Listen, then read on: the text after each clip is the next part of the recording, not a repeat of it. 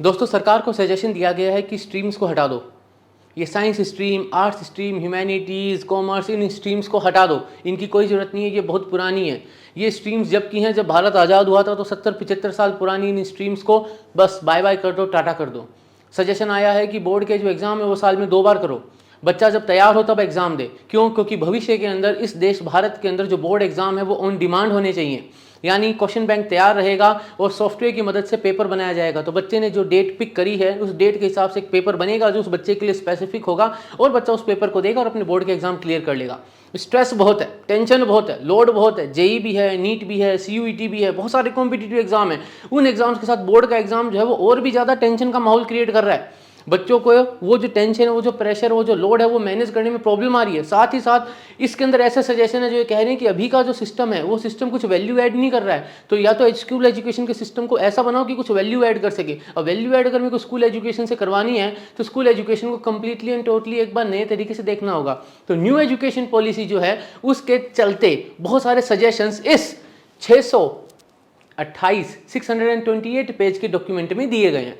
ये साल 2023 में अभी कुछ दिन पहले ही पब्लिश हुआ है और ये सजेशंस जो इसके अंदर हैं वो सीधा का सीधा गवर्नमेंट को दिए जाते हैं। फिर गवर्नमेंट इसके ऊपर कुछ फीडबैक मांगता है कि भाई ये जो सजेशंस हैं आप इसके थ्रू जाइए, और अगर आपको इसके अंदर वो कोई इम्प्रोवाइजेशन चाहिए, आपको लगता है कि तो कुछ ज़्यादा ही आप बहुत ज़्यादा ही एम्बिशियस हो गए हैं तो उसको थोड़ा नीचे कर दीजिए, बार को थोड़ा नीचे सेट कर दीजिए, वो सारी चीज़ें इसके अंदर होती है। अब डॉक्यूमेंट तो बहुत बड़ा है लेकिन इसमें मुद्दे की जो बातें हैं वो मैं तुमको बता देता हूं। तो डायरेक्टली अपन चलते हैं पेज नंबर 54 पे।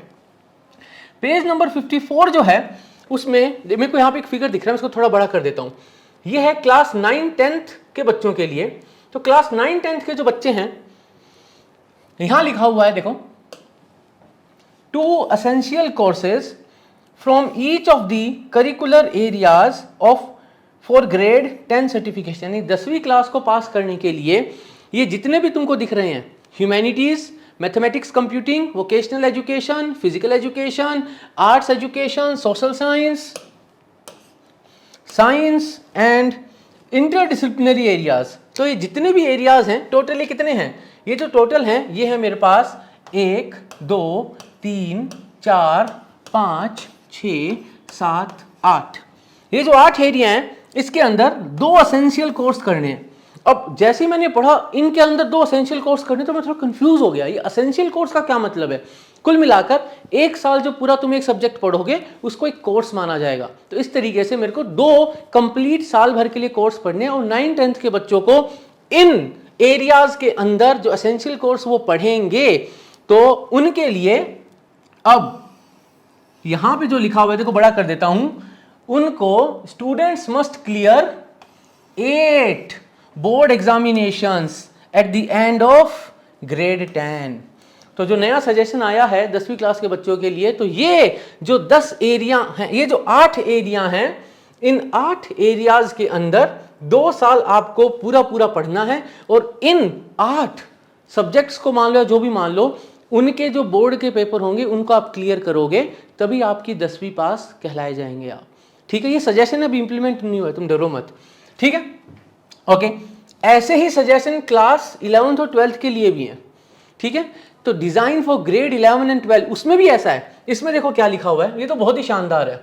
ठीक है, तो जब मैं सेकेंडरी स्टेज की बात कर रहा हूं, जब मैं 11th-12th की बात कर रहा हूं, तो यहां पर सेमेस्टर सिस्टम होगा, यानी 6-6 महीने के अंदर इवैल्यूएशन होगा। पहली बात, आप एक सेमेस्टर पास करेंगे, दूसरे सेमेस्टर में जाएंगे, यानी 11th के 2 सेमेस्टर, 12th के 2 सेमेस्टर। ठीक है, स्टूडेंट्स को 16 चॉइस बेस्ड कोर्सेज को पूरा करना है।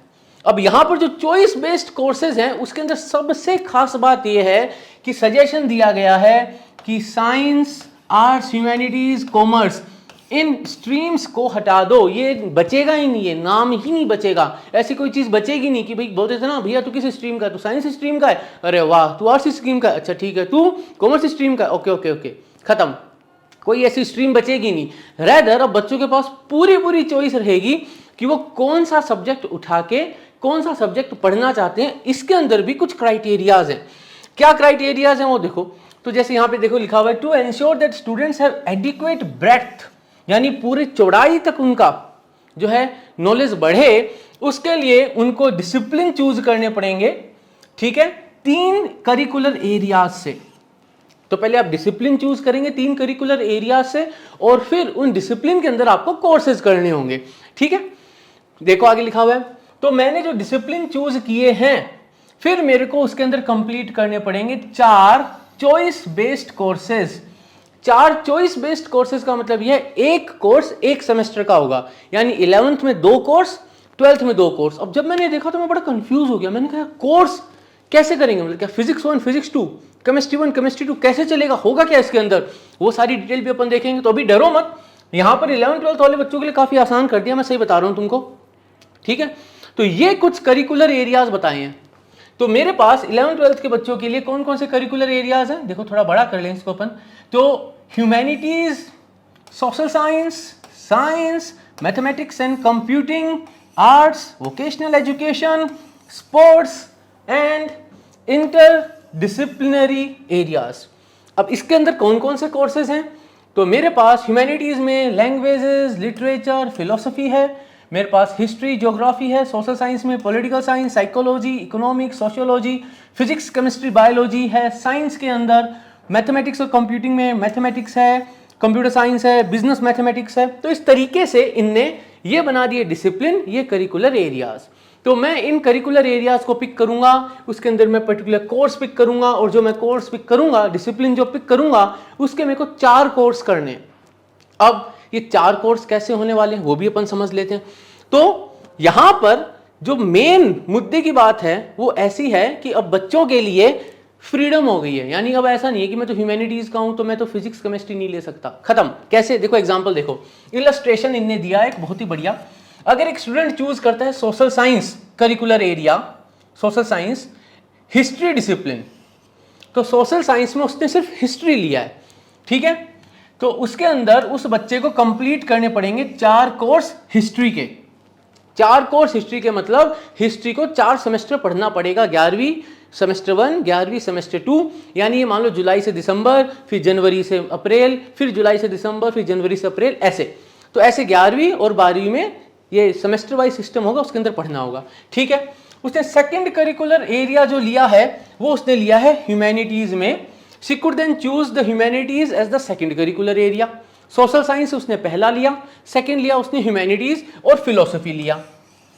तो फिलोसफी उसको 4 सेमेस्टर पढ़नी पड़ेगी, 11वीं में 11वीं का पहला सेमेस्टर, दूसरा सेमेस्टर, 12वीं का पहला सेमेस्टर, दूसरा सेमेस्टर। ठीक है भाई, फिर उसको लगा कि यार ये तो ठीक है, अब मैं मैथमेटिक्स ले लेता हूं। ये कॉम्बिनेशन पहले अवेलेबल नहीं था कि आप ह्यूमैनिटीज और मैथमेटिक्स को कंबाइन कर दो। अब बच्चा मैथमेटिक्स ले सकता है, तीसरा करिकुलर एरिया, और उसके अंदर कंप्यूटर साइंस के कोर्स कर सकता है। यानी अब 4 सेमेस्टर वो क्या क्या पढ़ रहा है, 4 सेमेस्टर वो पढ़ रहा है हिस्ट्री, वो पढ़ रहा है फिलॉसफी, कंप्यूटर साइंस, और उसने क्या करा कि चौथा जो कोर्स उसको लेना था उसने अपनी मर्जी से कोई सा भी करिकुलर एरिया ले लिया, उसमें कोई भी एक पर्टिकुलर डिसिप्लिन लेके उसने उसको कर दिया। ये फ्रीडम दे दी है। अब ऐसा नहीं है कि ह्यूमैनिटीज वाला ये नहीं कर सकता, साइंस वाला वो नहीं कर सकता, कॉमर्स वाला वो नहीं कर सकता, ये यही कर सकता है, वो वही कर सकता है, कुछ नहीं, सारी बाउंड्रीज हटा दी गई हैं। एक एग्जांपल और देखते हैं। ये डॉक्यूमेंट जो है प्री ड्राफ्ट है, इस पर भी डिस्कशन होना बाकी है, लेकिन अगर ये ऐसा कैसा इंप्लीमेंट हो गया तो बवाल हो जाने वाला है। देखो, अब मान लो एक और बच्चा है, उसने चूज करी साइंस। सबसे पहले उसने बोला यार मैं तो भैया जेई एस्पायरेंट हूं, मैं तो साइंस लूंगा, और साइंस में उसने फिजिक्स, अरे ये बच्चा मेरे को पसंद आ रहा है यार, फिजिक्स लिए इसने, हाँ, तो उसने फिजिक्स लिए, तो वो 4 फिजिक्स के कोर्स करेगा। 4 फिजिक्स के कोर्स, ऐसा नहीं है कि वो 4 बड़े बड़े कोई quantum mechanics, statistical mechanics, classical mechanics, ऐसे नहीं पढ़ने वाला है वो। 4 कोर्स का मतलब है 4 सेमेस्टर, 11th का 1 सेमेस्टर 1, 11th का सेमेस्टर 2, 12th का सेमेस्टर 1, 12th का सेमेस्टर 2, ऐसे। ठीक है, फिजिक्स से करेगा। फिर उसने आर्ट्स ले लिया, सेकंड करिकुलर एरिया, और उसके अंदर उसने म्यूजिक ले लिया। वाओ, फिजिक्स म्यूजिक, यानी साउंड वेव, एसएचएम, वो वाला टॉपिक उसको बहुत पसंद आने वाला है। फिर उसने लिया मैथमेटिक्स, और मैथमेटिक्स के अंदर उसने थर्ड करिकुलर एरिया लिया और उसने मैथमेटिक्स के कोर्स कर लिए। तो उसने फिजिक्स ली है, मैथमेटिक्स ली है और म्यूजिक लिया है। और fourth set of courses could be from one of the 3 curricular areas already chosen और from a completely different one. अब चौथा जो उसको लेना है वो अपनी मर्जी से कोई सा भी ले सकता है, वो उसकी इच्छा पे है, वो कोई भी ले सकता है, उस पर कोई बंदिश नहीं है। ठीक है, यानी समझ में आ रहा है कि कितना ज्यादा मॉड्यूलर कर दिया है। अब modular board examination will be offered as oppose to the single examination. तो अब सिंगल एग्जामिनेशन नहीं होगा, हाँ, जो फाइनल सर्टिफिकेशन मिलेगा वो क्यूमुलेटिव रिजल्ट में मिलेगा, यानी जितने आपने एग्जाम दिए हैं उन सब एग्जाम्स का फाइनल रिजल्ट एक तरीके से मिला के देखा जाएगा और फिर आपकी परफॉर्मेंस इवेल्युएट होगी। लेकिन अब ऐसा नहीं है कि हाँ ठीक है अभी मार्च के महीने में बोर्ड एग्जाम हुआ, उससे पहले जिंदगी में टेंशन है, उसके बाद मस्त भूल जा सब कुछ, वो नहीं है। तो ये टुकड़ों में होंगे एग्जाम, ठीक है। ओके, अब हम चलते हैं डायरेक्ट पेज नंबर 466 पे, देखें वहां पे क्या है। तो पेज नंबर 466 जो है, अब ये बता रहे हैं जो अपन ने देखा था ना कोर्सेज, कि कोर्सेज बोले थे 4 कोर्स करने, वो कैसे हैं देखो, मजा आ जाएगा तुमको देख के। तो मान लो किसी बच्चे ने इंग्लिश लिटरेचर लिया है ना। अब इंग्लिश लिटरेचर के अंदर कोर्स कैसे डिजाइन होगा, कोर्स 4 कोर्स करने मैंडेटरी है ना, कैसे होगा देखो, मजा आ जाएगा तुमको। तो कोर्स कैसे डिजाइन होगा, तो कोर्स जो डिजाइन होगा देखो अभी आएगा, यहां पे लिखा हुआ होगा, इसको आगे कर देते हैं। यहां पे लिखा दिखा ये रहा। तो कोर्स 1 है रीडिंग लिटरेचर, ये कोर्स है रीडिंग लिटरेचर। तो रीडिंग लिटरेचर करेगा वो, इसको एक कोर्स माना जाएगा, फिर इस पे एग्जाम देगा। रीडिंग लिटरेचर एक कोर्स हुआ, इस पे एग्जाम दिया, इसको ही पढ़ा सिर्फ, फिर इस पे एग्जाम दिया। एग्जाम देने के बाद दूसरा कोर्स है short story and the novel, यानी जो एक साथ सारा हो जाता था ना बच्चे के, सब एक साथ ही कर दो, रीडिंग लिटरेचर भी आ गया, नॉवल भी आ गया, पोएम भी आ गई, रीडिंग कॉम्प्रिहेंशन भी आ गया, सब एक साथ ही भर दिया था, अलग कर दिया है। जब बच्चा नॉवल और शॉर्ट स्टोरी पढ़ रहा है तो वो यही पढ़ रहा है कोर्स में, लिटरेचर पढ़ रहा है तो लिटरेचर ही पढ़ रहा है कोर्स में, यानी डेडिकेटेडली पढ़ो, डेप्थ में पढ़ो, अपने अंडरस्टैंडिंग को एकदम अलाइन कर दो एक्सपेक्टेशन के साथ और बढ़िया परफॉर्म करो, ठीक है। ये इंग्लिश है, इसमें फिजिक्स का केमिस्ट्री का भी दिखाऊंगा तुमको। फिर तीसरा जो कोर्स है वो कोर्स होगा introduction to poetry and drama. अब तुम ये सोचो कि अगर मेरे को एक पर्टिकुलर सेमेस्टर से पोइट्री एंड ड्रामा ही पढ़ना है तो कितनी डेप्थ में पढ़ा जा सकता है, यानी बच्चे को एकदम क्लियर आइडिया हो जाएगा कि हाँ क्या वो सही में लिटरेचर और इस साइड इंक्लाइंड है, क्या वो इसको अपना भविष्य देखता है। अगर उसको ऐसा वहीं पता चल जाएगा तो उसके लिए भविष्य आगे अपना प्लान डिसाइड करना आसान होगा कि मेरे को फ्यूचर में करना क्या है, ठीक है। यहाँ पे सारी डिटेल दी हुई कि इसके अंदर होगा क्या क्या, ठीक है। और चौथा कोर्स है वो है रीडिंग एंड राइटिंग, जिसके अंदर पोइट्री है, ऐसे है, शॉर्ट स्टोरी है, ड्रामा है, यानी कुल मिला के इस तरीके से डिजाइन है कि जैसे कॉलेज के अंदर नहीं होता कि आप एक पढ़ते हो, उसको डेप्थ में पढ़ते हो कोर्स को, उसको अच्छे से मास्टर करते हो, फिर अगले सेमेस्टर में दूसरा पढ़ते हो, ये वैसा कर दिया है। बहुत बढ़िया सजेशन है, क्यों, क्योंकि अब देखो आगे अपन चलेंगे ना तो तुमको मजा आएगा। हिस्ट्री में भी ऐसा ही है, लेकिन अब मैं हिस्ट्री की जगह फिजिक्स साइंस वाले कोर्सेज पे जाना चाहता हूँ, है ना। इसको आगे करते हैं, है ना, इसको एक बार आगे निकालते हैं, पॉलिटिकल साइंस वगैरह वैसे ही, मतलब तुम्हें डॉक्यूमेंट का लिंक मैं टेलीग्राम चैनल पे डाल दूंगा मेरे, तो और इसके वीडियो के डिस्क्रिप्शन में भी डाल दूंगा, तुम वहां से इसको डाउनलोड कर लेना, ठीक है। अब हाँ साइंस आ गया, तो जैसे बायोलॉजी आया है, ठीक है, तो बायोलॉजी के अंदर क्या क्या कोर्सेज होंगे, किस तरीके से बायोलॉजी के कोर्सेज जो हैं वो डिजाइन होंगे वो देखो। तो बायोलॉजी में पहला जो कोर्स है, यानी जो बच्चा पहला सबसे पहले बच्चा पढ़ेगा एक सेमेस्टर के लिए, यानी मान लीजिए 11-1 में जो बच्चा पढ़ रहा है, 11वीं क्लास में जुलाई से दिसंबर में बच्चा पढ़ रहा है बायोडाइवर्सिटी और बायोजियोग्राफी ऑफ इंडिया के बारे में, ये एक कोर्स हुआ, ठीक है। फिर दूसरा कोर्स हुआ द यूनिटी ऑफ लाइफ के बारे में, इसके अंदर सब डिटेल दी हुई कि यूनिटी ऑफ लाइफ के अंदर क्या होगा, तो इसके अंदर डीएनए वीएनए वाला पार्ट भी आ जाएगा, जेनेटिक्स वगैरह भी आ जाएगा, डार्विन वाली सारी थ्योरीज वगैरह दिख रही है मेरे को यहाँ पे, जेनेटिक कोड, सेंट्रल डॉगमा, ये जितनी भी चीजें ना ये सब यहाँ पे आ जाएगी। तो बायो वाला वो जो पार्ट है वो इसके अंदर आ गया। फिर वो डेडिकेटेडली नेक्स्ट जो कोर्स करेगा उसमें ऑर्गेनाइजेशनल बायोलॉजी और एग्रीकल्चर या एनिमल हस्बेंड्री, इनमें से कोई एक कर सकता है। तो ऑर्गेनाइजेशनल बायोलॉजी यानी वही फंजाई, प्लांट, एनिमल, माइक्रोब, यानी ये 11वीं क्लास में जो शुरुआत में अपन पढ़ते हैं ना, plant kingdom, animal kingdom, protista, Monera, वो सब जो पढ़ते हैं वो मेरा थर्ड कोर्स होगा बायोलॉजी का, यानी 12-1 में मान लो उसको अपन पढ़ रहे होंगे, ठीक है। अब यहाँ पे कोई बोलेगा 12-1 में अगर मैं कोर्स पढ़ रहा हूँ तो बोर्ड का एग्जाम कैसे होगा। बोर्ड का एग्जाम के लिए सजेशन ये है कि भैया आप एक ऑनलाइन रिपोजिटरी बना के रखो और पेपर ऑन डिमांड सॉफ्टवेयर से बनाया जाएगा, ठीक है। तो वही एनिमल हस्बेंड्री का भी दिया हुआ, लेकिन ये तो ऑप्शन है। चौथा ह्यूमन बायोलॉजी, जिसको अपन ह्यूमन फिजियोलॉजी कहते हैं ना, जहाँ पे अपने बढ़िया बढ़िया इंटरेस्टिंग चैप्टर होते हैं बायोलॉजी में जो बड़े इंटरेस्टिंग लगते हैं, जिसमें नीट में भी बहुत सारा आता है जिससे, तो वो चैप्टर यहाँ आ जाएंगे सारे, ठीक है। ये बायोलॉजी का था, लेकिन मैं इंटरेस्टेड हूँ फिजिक्स में। अब केमिस्ट्री में भी ऐसा ही है, लेकिन चलो एक बार आ ही गया तो देख ही लेते हैं। केमिस्ट्री भी यार, केमिस्ट्री से अपने कोई नाराजगी थोड़ी ना, केमिस्ट्री तो सीधी बात है, chemistry is the gateway to IIT. Chemistry का पेपर अच्छा करोगे तो आईआईटी पहुंचते हो आप। तो केमिस्ट्री में जो पहला कोर्स है उसमें है स्ट्रक्चर ऑफ एटम वाली बात होगी, केमिकल बॉन्डिंग हो गई, पीरियोडिक प्रॉपर्टीज होगी, कुल मिला के यही तो हुआ, है ना। Structure, bonding and properties in chemistry, ये सबसे पहले पढ़ाया जाएगा, बहुत बढ़िया बात है, यानी शुरुआत आराम से रहेगी। Then principles of reactivity part 1 and 2, ये 2 कोर्स होंगे। तो कोर्स 1 होगा प्रिंसिपल्स ऑफ रिएक्टिविटी 1, यानी 11/2 में 11वीं के सेकंड सेमेस्टर में जनवरी से आप अप्रैल तक में ये पढ़ेंगे, जुलाई से आप ये पढ़ेंगे principles of reactivity part 2। 2 course focus करेंगे केमिकल सिस्टम में हाउ एंड व्हाई अकर, यानी केमिकल रिएक्शन क्यों होते हैं, properties of element, bonding, structure, जो भी अपन ने पहले पढ़ा है वो यहाँ पे इंप्लीमेंट होगा। अपन प्रिडिक्ट करेंगे कि रिएक्शन का आउटकम क्या होगा, केमिकल बिहेवियर के बारे में पढ़ रहे हैं। यानी कुल मिला के केमिस्ट्री को बहुत बढ़िया तरीके से पार्ट्स में तोड़ दिया गया है। यहाँ पर अपने पास केमिकल थर्मोडायनेमिक्स है, acid base equilibrium, ionic equilibrium, chemical equilibrium दिख रहा है मेरे को यहाँ पे होता हुआ, है ना। ऑर्गेनिक इनऑर्गेनिक सिस्टम की बात हो रही है, फ्री एनर्जी की बात हो रही है, एंथैल्पी की बात हो रही है, यानी वो इंटरेस्टिंग वाला पार्ट है। केमिकल काइनेटिक्स भी दिख रहा है यहाँ पे, यानी ये वो स्कोरिंग पार्ट है जेई का जो अपन पढ़ रहे होंगे। यानी ये पढ़ाया जाएगा अपने को 11/2 और 12/1 में। Okay, then modern applications of chemistry अपना आखिरी कोर्स होगा, यानी 12th के सेकंड सेमेस्टर में जब मैं 12th यानी वही अपन जब पढ़ते ना जनवरी से जब पढ़ना चालू करेंगे मार्च अप्रैल तक, तो अपन पढ़ रहे होंगे मॉडर्न एप्लीकेशंस ऑफ केमिस्ट्री। तो उसके अंदर भी सारी दी हुई है। तो ये 4 कोर्स है, यूनिट्स है कवरिंग द मॉडर्न एप्लीकेशन। इसके अंदर इस कोर्स के अंदर होगी synthetic approach, analytical method, structure, property, सब दिया हुआ है इसके अंदर क्या क्या होगा, डिटेल में पढ़ लेना तुम। कुल मिला के हाँ आई ना बात फिजिक्स की। अब देखो कुल मिला के बात है कि अब फिजिक्स पे बात करते हैं।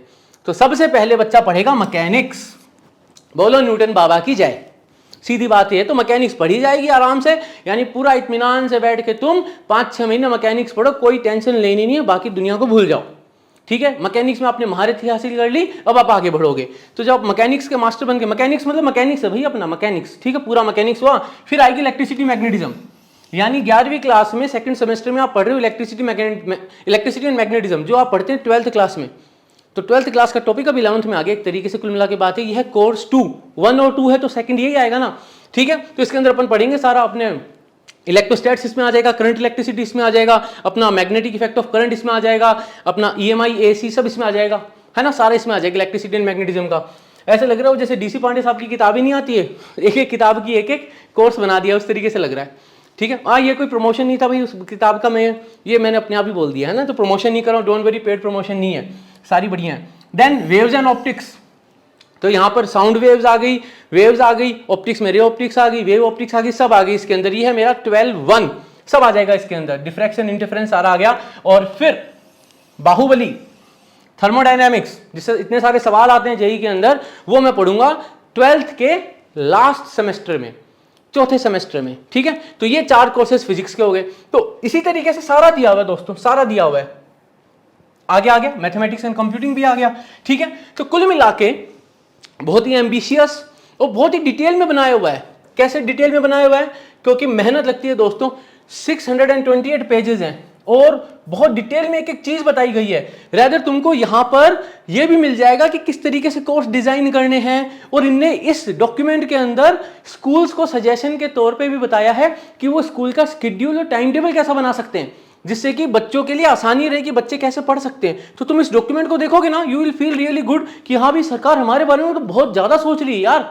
तुमको लगेगा कि सरकार ऐसी नहीं है कि बस हाँ सुना कि बच्चे परेशान है वो भूल गई, नहीं। इस डॉक्यूमेंट को देखोगे तो तुमको लगेगा कि सरकार ने पूरी एक टीम लगाई है और उस टीम को ये जिम्मेदारी भी दी है कि चलो तुम है ना, अगर इस पर्टिकुलर प्रपोजल को दे रहे हो तो इस प्रपोजल को इंप्लीमेंट करवाने के लिए तुम ये भी बताओ कि एक स्कूल के अंदर पीरियड कैसे होने चाहिए, पहले पीरियड में क्या पढ़ाओगे, दूसरे में क्या पढ़ाओगे, बीच में ब्रेक होगा क्या, बच्चे को बीच में कैसे आप एंगेज करोगे, सब कुछ दिया हुआ है। और ये भी सजेशन दिए हुए हैं कि बच्चा क्या क्या कर सकता है, हर चीज दी हुई है इसके अंदर। तो बहुत प्यारा डॉक्यूमेंट है। मैं ये नहीं कहता तुम पूरा पढ़ो, लेकिन रेलेवेंट तुमको मैंने बता दिया, जो पार्ट है वो इंपॉर्टेंट पार्ट है तुम्हारे पॉइंट ऑफ व्यू से। कुल मिला के शानदार सजेशन है। फिर से बता दूं, समराइज करूं तो सजेशन ये है कि अब 10th वाले जो बच्चे हैं उनके 8 पेपर होंगे बोर्ड के, उन 8 पेपर को क्लियर करेंगे वो, तो उनको 10th का पासिंग सर्टिफिकेट मिलेगा। 11th-12th के अंदर 4 सेमेस्टर का सिस्टम होगा। वो जो 4 सेमेस्टर का सिस्टम है उसके अंदर अब मेरे पास सारी फ्रीडम है। Science stream, commerce stream, arts, humanities stream, ऐसी चीज़ें हट गई है। सब मिक्स एंड मैच कर सकता है बच्चा, अपनी चॉइस के हिसाब से अपने आप को भविष्य में क्या देख रहा है वो कर सकता है। यहाँ पर कंफ्यूज होने की जरूरत नहीं है दोस्तों, ये एक फ्रीडम दी गई है। लेकिन जो बच्चा जेई या नीट का एस्पायरेंट है वो अभी भी वही कोर्सेज करेगा, फिजिक्स केमिस्ट्री वाले कोर्सेज ही करेगा, क्योंकि वो जेई नीट का एस्पायरेंट है, उसको कोर्सेज करने हैं, राइट। हाँ ठीक है, थोड़ा बर्डन उस पर ज़्यादा होगा क्योंकि उसको वो कोर्सेज करने हैं, लेकिन यहाँ पे you have to do mix and match. तो मिक्स एंड मैच आप करेंगे तो कुछ ना कुछ एक आधा कोर्स ऊपर नीचे हो सकता है। लेकिन वही बात है ना, मैं फिजिकल एजुकेशन का ले लेता हूँ या पेंटिंग ले लेता हूँ, मैं इंग्लिश लिटरेचर ले लेता हूँ और साइंस के अंदर मैं फिजिक्स केमिस्ट्री बायो ले लेता हूँ, तो मैं मैनेज कर सकता हूँ। और अभी ये फाइनल भी नहीं है, अभी इसके ऊपर और इनपुट्स आने बाकी हैं।